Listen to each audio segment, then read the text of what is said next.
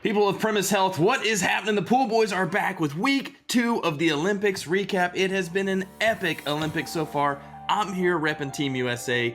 Ethan's here repping Pool Boys. Team Pool Boys. Team Pool Boys. And we've got a lot to get to this week because there have been a ton of medals and a ton of action. So let's jump right into some highlights. The United States is gold medal here in Paris. Scotty Scheffler is an Olympic champion. 19.3, and Serbia makes history with its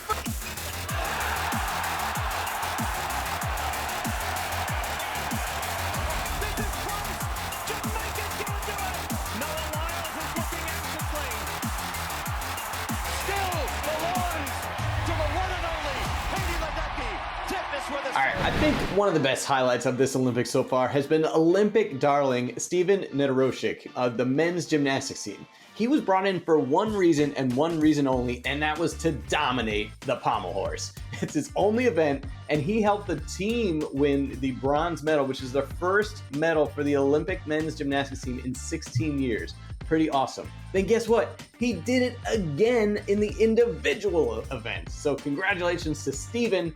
Clark Kent himself, the dude can't even see without his glasses. So basically when he gets to the pommel horse, he feels it around and is like, let's go. Darling, love him. Yeah. Incredible, inspirational. He had to wear Hoda's sunglasses in an interview one time because he's got such sensitivity in his eyes. People love this guy. I expect laser beams to come out at some point. And then, of course, the women's rugby team also with its first medal ever. Incredible finish in extra time, last second, scored. They kicked the extra point. They end up winning. Ilona Maher is like the poster child of this team, and she is a beast, but also super funny. She's hilarious. You got to check her out on socials. She's dominating the TikTok game right now. Well done, Team USA. Let's go. Winning on the field and in social media, what could be better? All right, so with the Olympics, it's hard to have a consistent leaderboard because it literally changes by the minute. So we're calling this the leaderboard-ish. Just some musings we've noticed throughout the Olympics, so we're gonna give it to you right now.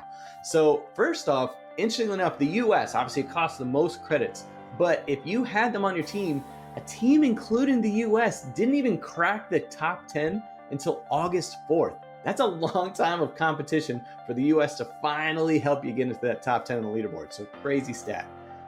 With that in mind, Susie B and Valerie, they did not go with the U.S. Or they just went with a team roster of 10. And that was the first time a roster of 10 countries cracked the top 10 as well. So 10 the top 10, first two to do it.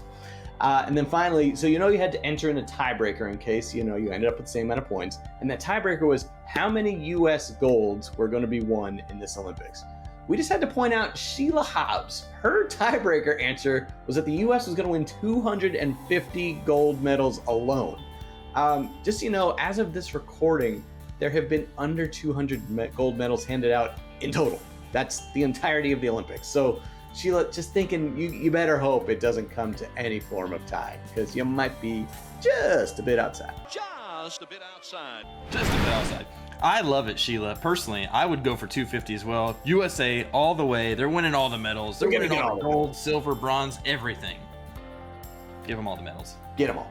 All right, so we've got a few badges to give out this week, and the first one is called the St. Lucia badge, and it's going to me and Ethan, actually, because we totally called St. Lucia winning their first ever medal in the Olympics, and it was a gold. Okay, well, we didn't call the actual medal, but we have been there together, and it was epic, and no real reason other than we're excited for St. Lucia. Here's a picture and a video of us in St. Lucia. It was awesome. Okay, that's enough. Great times. Okay, I had now on. and he's done. That's enough. All right, now it's on to some actual badges coming to you guys. So our first one we are calling the Bold Strategy badge, because there are 3 of you who are currently at the top of the leaderboard who had the same big three. They had China, France, and Australia. So that's Kicking Athens taking names, DR Rugby, and Ashley. Not to mention KATN. We're going to call it Caton? That's Anyway. Kicking Athens taking names. Oh, excuse me. So it was 3, including Ashley, Kicking Athens, taking names, and DR Rugby. So anyway, they all 3 of them took China, France, and Australia. And right now they're at the top of the leaderboard. So that means they had 1 credit remaining. So Kicking Athens and taking names chose Ireland, while DR Rugby chose Fiji as kind of their tiebreaker to see who would elevate them. Ashley, you left a credit on the board, meaning you didn't take an additional country, meaning you can't pass these guys. So, bold strategy, Ashley? It's a bold strategy, Cotton. Let's see if it pays off for him. Or more of WTF? We're not sure, but it's going to be interesting to see who will reign supreme between Fiji and Ireland in this epic matchup. Currently, Ireland is crushing it. Fiji, not so much. But Fiji, if you remember from our last video, totally redeemed themselves by getting a silver. Totally redeemed themselves. All right, our next badge also comes back to me because everything comes back to me ultimately. Always. And this is, did we just become best friends? What?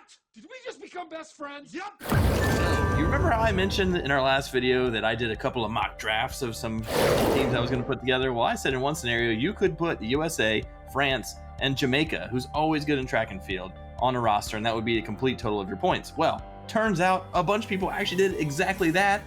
Sheila Hobbs, speaking of which, Cindy Bay, Nikki S, Jen Bunny, Melissa K, Meredith, Anna P, Des Gall. Hey, did we just become best friends? You guys picked the exact same team as me. Let's go! Got so much more room for activities with the bunk beds now. It's great. I'm so excited for you guys. I think Sheila might be my best friend with 250 tiebreaker points and this roster. Let's go. Just saying. What's your favorite dinosaur, Sheila? Hurry. 1, 2, 3. Velociraptor. Okay, well. More like a bird dinosaur, but yes, love it. Okay, moving on. As we said, you had some top choices when you're filling out your rosters. USA was the big dog, with Great Britain, France, China, all up there. So I decided to do a little deeper dive, and one of my favorite countries, some great food, been there myself, humble brag, is Italy. Okay, they were top 7. I think they were around 84 credits, maybe around the 90s-ish. But this badge we're calling Where's the Gabagool? Because, for a top country like Italy, it was the 7th highest ranked, but only 9 of you picked them. So where's my Gabagool? Tony Soprano saying, what's going on? Where's the respect? So you gotta give some respect to Susie B, Joodle Kiss, Laura, here we go again on my own, Whitesnake, maybe? Isa Premise Gal, Takia Cromwell, Adowell, or Edowell, anyway, speaking is hard. Sky High Peterson and Joe Munoz for picking Italy. Watch out, you're safe from old Tony over there, but everyone else is saying, where's the Gabagool? Tony Gabagool, Grandma. It's nothing but fat and nitrates. Gabagool, over here. I like to think it's a premise gal. He's a Premise Gal. She knows what's up. The amount of cold cuts that we're eating on that show gives me indigestion. Just watching that. I've been binging that show and I'm just like, man, he is just stuffing meat into his face constantly. What are you gonna do? All right, and our final badge this week, we noticed a really crazy trend, and this is called the Survivalist badge. The people that picked South Korea must have been onto something. They're ready for a zombie apocalypse because South Korea is absolutely crushing it in archery and shooting. They have 13 combined medals in those 2 sports alone. And honorable mention, they have 22 total medals when you include other combat activities like judo, fencing, and boxing. These guys are ready to take on the world if they need to in a zombie apocalypse. They are Daryl Dixon. They're down there with the crossbow, can go to the gun if they need to, might just karate chop somebody. If you pick South Korea, you're getting this badge. That's you, Hockey Mom 7496. Hockey players love to fight. Liz Lynn 22, Lauren, Dolan, Leighton, Kate Lifford, Ada, here we go again. Whitesnake again. YLP, MP Foster, Digging for Gold, and Wendy. Survivalists. You guys knew something we didn't know. I like the strategy. I wish there was an episode of The Walking Dead where Daryl's just out there with a fencing saber. He's just kind of charging at him. The full outfit. You have to have a full outfit on. I mean, it would make sense if you had the mask and all that. You'd be pretty good in a zombie apocalypse if you had that outfit. Fair point. Fair point. All right, Premise Health, it is coming down to the wire. The Olympics are starting to wind down. A lot of the events are already done. Swimming, done. Gymnastics, done. But trampoline, we were a little disappointed with the results. The Brits got it. We weren't bummed. But hey. And an independent person got it. It wasn't even a country. I know. So anyway, it's starting to come down to the wire. leaderboard-ish is heating up. We can't wait to see which golds are going to be handed out, the silvers, bronze, still a lot of action to come. So until next time, the Pool Boys are